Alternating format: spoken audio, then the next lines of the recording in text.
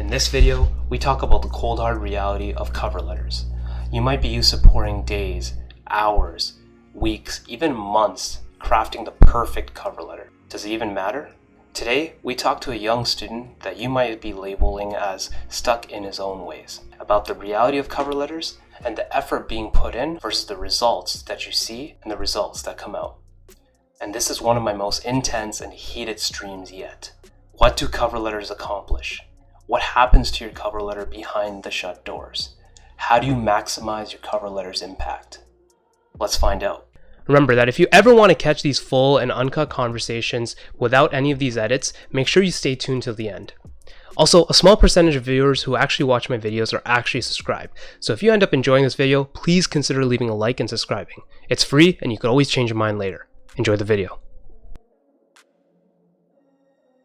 This is the number one mistake I see all the accounting students make because of cover letters, is that they spend way too freaking long on their cover letter, like way too long. Like especially EY back in my day was like a culprit of this, because like there was a different recruiter at the time and they really focused on those creative applications and whatever and all that other stuff. But like the accounting firms already have a pretty good idea of who they're going to hire, despite what they tell you about cover letters and making sure it's tailored and all that stuff. Like I completely agree with the format. You just need to have a typical format. You don't need to go like too extra in it. You just need to have that format of, in the intro, you mention what you need to mention in terms of the intro, and then you mention in the intro paragraph about the person you met or you know, whatever. In the middle paragraph, you talk about one amazing story that resonates with that company, and then you have a conclusion paragraph. But if you're spending anything longer and you're having like back and forths with so many people, like this cover letter stuff that the accounting firms are telling you that it's so important and all that stuff, it's not. The accounting firms, through these networking sessions like you mentioned, and through your resume is the key to jobs. I don't know what kind of perception these companies have told you about cover letters, but cover letters is literally just, it's something that's going out of fashion soon, just the way I see the industry moving, but it's also something that's not important. Think about, just always think in the other person's perspective. The HR recruiter gets, how many applications do you think your dream firm gets? Like a few thousand? A few thousand. So do you really think they have time to read through few thousand applications, and do you think they read each and every one single person's cover letter? I don't think so, but like the way they format it, it's weird. Like, you know how they say like, oh, put the cover letter first and then like the resume and then transcript last. Like that makes you think that, oh, cover letter is like what they're looking for first. Yeah, that's just the stuff that they get you to waste your time on your cover letter. At the end of the day, the resume is a gold standard. When you get to the interview, no one's going to look at your cover letter. People are going to look at your resume. The resume is the key to everything. The resume, beyond the professional services industry, is what unlocks your door to everything. So even if they tell you put your cover letter first, again, you're giving me excuses here. I want you to go back to the business purpose. The recruiter, are they going to read your cover letter?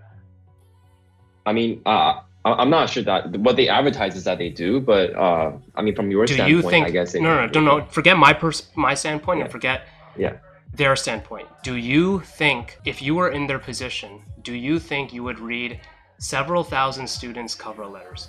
I don't think they will read the whole thing. I think what they do is they read probably like the first paragraph and the last paragraph before they decide if they want to read the whole thing. And then within 3 to 4 seconds, if they realize this first paragraph is not like for them, or it's not interesting, or they don't really recognize, they would just kind of dump it.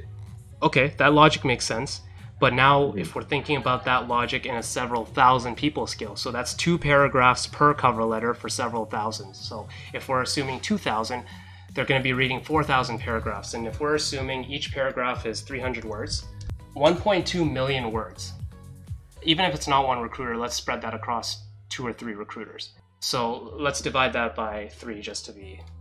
But I would assume, wouldn't there be more? Because usually I've heard like Big Fours, they have like someone like Alex P, for example, like someone that's alum from that school, and those people will be along with maybe several other people. The people that read cover letters and the people that are screening resumes and cover letter, it's usually a team of 2 to 3 people. It's not it's HR people. It's not Alex Peeve. Alex Peeve has his own day job to go to. He's a staff accountant. He has his own things to do.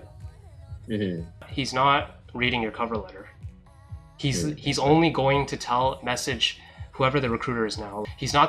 All he's gonna do is message Iona on the KPMG chat, internal chat, and say, hey, I like this Anthony Hung kid, I think you should give him a shot. That's all he's gonna do. He's not reading your cover letter, he's not reading your application. So one point, if by your logic, you're expecting, so you're saying first and last paragraph, which isn't something I would say is unfair to assume, but by your logic, 1.2 million words. And if we're spreading that across 3 people, 400,000 words per person.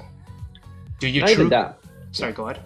I feel like when I meant by like first and last paragraph, I don't mean like, reading the entire paragraph or everything entirely. Like, I think what they do is that they see if they recognize the person, and then on the cover letter, like if they recognize the person, and if they do recognize the person, they will read like the first and last paragraph. But if they don't recognize it, reading the first few sentences, if it doesn't interest them, they wouldn't waste any like extra time on it. That's what I think. Obviously, they don't like read the whole thing. Okay. I feel like reading that's good logic. I totally agree. So if they recognize Anthony Hung, and they decide to read the first and last of your paragraph, so if they read the first and last of your paragraph, do you think they're going to read your whole cover letter? I don't think so. And that's why for me, like my cover letter, I spend more time on my first and last paragraph as opposed to my second and third, like my middle body paragraphs. Okay. Yeah. And honestly, I'm just basing this on your logic. I don't even agree with your first and last paragraph stuff, but I'm just using your logic here. So either way, it sounds like it's a law of diminishing returns if you're spending more time than you need to on your cover letter. But if you're going absolutely ham on your first and last paragraph, and you're spending hours, days, getting feedback, circulating back and forth, and blah, blah, blah, all that stuff, and your cover letter either A, could get better, it could get worse, or it could stay the same, right? But either way, is that effort really worth your time?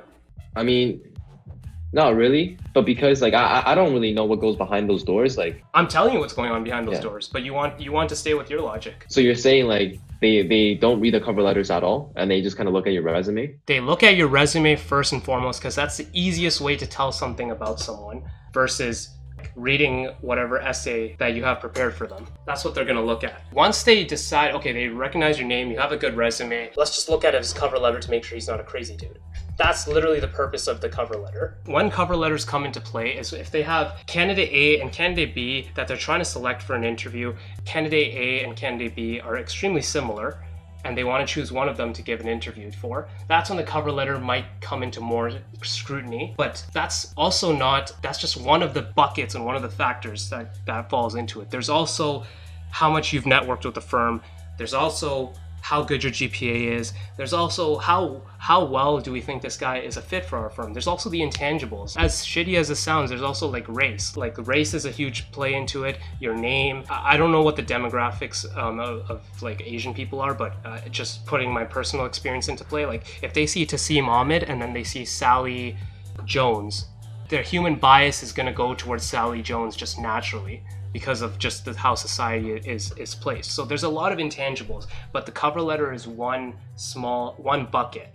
So if you're spending a lot of your time in your application time in your gas tank, back to what we were saying about your gas tank, if you're spending the majority of your gas tank on this cover letter, you're doing yourself a disfavor. And I'm telling you this, and then you're telling me all these different like justifications of why you think spending all that time is, and that's great, but just for your own like benefit, I would say that spending less time on your cover letter and more time perfecting your resume, or more time perfecting your experiences, your story, or practicing for your interview, or all those other stuff, or networking even harder and knowing more people, is more key than spending days on your cover letter and getting a lot of people's input on it, which ultimately might make your cover letter the worst. But yeah, I don't know if you agree with me on that logic or... No, I do agree, because I mean, I don't really know what goes behind those doors. And I mean, you definitely have more experience than me. You went through like multiple recruitments. So like, I definitely like... I didn't just go through the recruitment. I also did that job. I also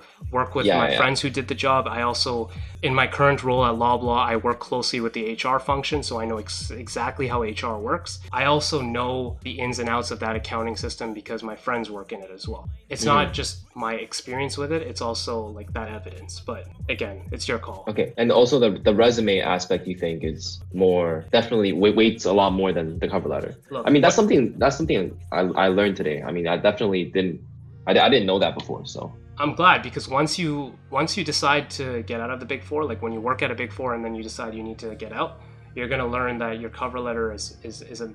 Why do you think, this is where it's important for you to apply to other companies and recognize this, but why do you think most companies don't even, they mention cover letters optional, or they even tell you not to attach one, or if they do, it's like a very hidden tab where you have to like manually upload your cover letter.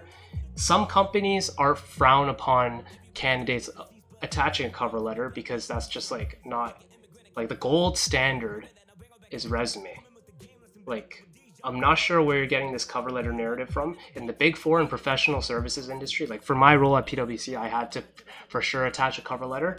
But my cover letter was the same cover letter format that I used in first year. It's the same format I've been recycling for years. It's a check. The best way to think about this is that it's a checkbox. It's not like a GPA where it has a scale. It's literally a checkbox. Did this guy submit a cover letter? Yes or no? And at other companies, it might be, did this guy submit a cover letter that's like good, or is it bad? It's not rocket science. It's as long as the cover letter is well written, and like you mentioned, like the English part and all that stuff, as long as that's fine. You writing about how you're like a war veteran and all that stuff is, and like this sob story that you're trying to write on your cover letter, or this like inspirational Oscar winning picture that you're trying to write with your cover letter, that's not going to do you any favors. If you made it to the end of this clip, I think you'll start to see that cover letters are more of a basic screening tool more often than you'd like. In fact, it's a basic screening tool over an extension of a narrative that you're trying to convey, contrary to what they tell you and contrary to popular belief. It is a checkbox item that is frankly going out of fashion these days for more and more recruiters, as less and less of these companies and recruiters require cover letters, and some of these companies may actually disregard and actually throw away your application because of your cover letter, or because that you even attached a cover letter.